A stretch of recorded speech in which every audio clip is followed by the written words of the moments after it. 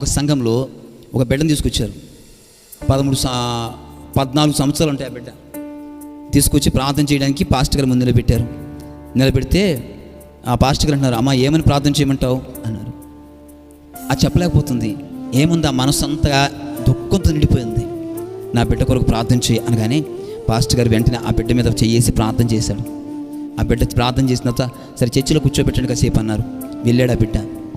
ఆ తల్లి ఏడుస్తుంది, ఎక్కెక్కి ఏడుస్తూ మోకాళ్ళ మీద పడిపోయింది ఆ తల్లి. అమ్మ ఎందుకు అలా ఏడుస్తున్నావు, ఏంటమ్మా ఏం జరిగిందమ్మా అంటే, అయ్యా నా మనసులో నా భారం మీరు చెప్పలేకపోతున్నానయ్యా. అమ్మ లేదు చెప్పమ్మా అంటే, చెప్పలేక ఇంచుమించు 10 నిమిషాల వరకు ఏడుస్తూనే ఉంది. తీరా అప్పుడు చెప్పిన తర్వాత చెప్పింది ఏం చెప్పింది సార్, అయ్యా నా బిడ్డ యవ్వన కాలం తన మనస్సుకు నచ్చినట్లు నడిచి HIV వచ్చిందయ్యా. ఇప్పుడు వాడు ఎదిగి నాకు ఉపయోగపడతాడు అనుకున్నానయ్యా. వాడు ఎదిగి నన్ను పోషిస్తాడనుకున్నానయ్యా. వాడు ఎదిగి తన చెల్లెలికి వివాహం చేస్తాడనుకున్నానయ్యా. కానీ వాడి మనస్సును అణుచుకోక వాడు ఏమైపోయాడు, ఇప్పుడు మరణం కలిగిన వ్యాధికి సమీపిస్తుంటే నేను చెయ్యలేక, నేను నేరునెత్తి కొట్టుకోలేక నీ దగ్గర తీసుకొచ్చాను. ఇప్పుడైనా వాడు మారుతాడని ఒక సేవకుని చేతి కిందకు తీసుకొచ్చానయ్యా అని అప్పుడు ఏడుస్తున్నాడు ఆ తల్లి. ఏమనుచుకోలేకపోయాడా ఆ బిడ్డ? మనసు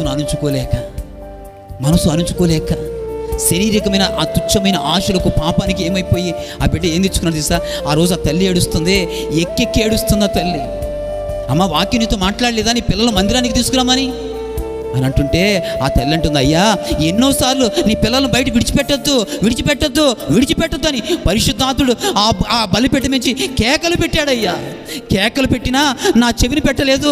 నా బిడ్డ వెళ్ళాడు, వాడే వస్తాడు అనుకున్నాను అయ్యా. కానీ ఈ రోజున ఒక రోగంతో వచ్చాడు నా దగ్గరికి. ఇప్పుడు తీసుకొచ్చానయ్యా. అమ్మా ఇప్పుడు తీసుకొస్తే ఏం లాభం?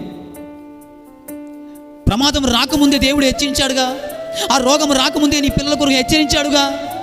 నేను అందుకంటాను, మీ బిడ్డలను ఎక్కడ విడిచిపెట్టి మీరు రాకండి మందిరానికి. మీ బిడ్డలు కూడా పట్టుకుని తీసుకురండి.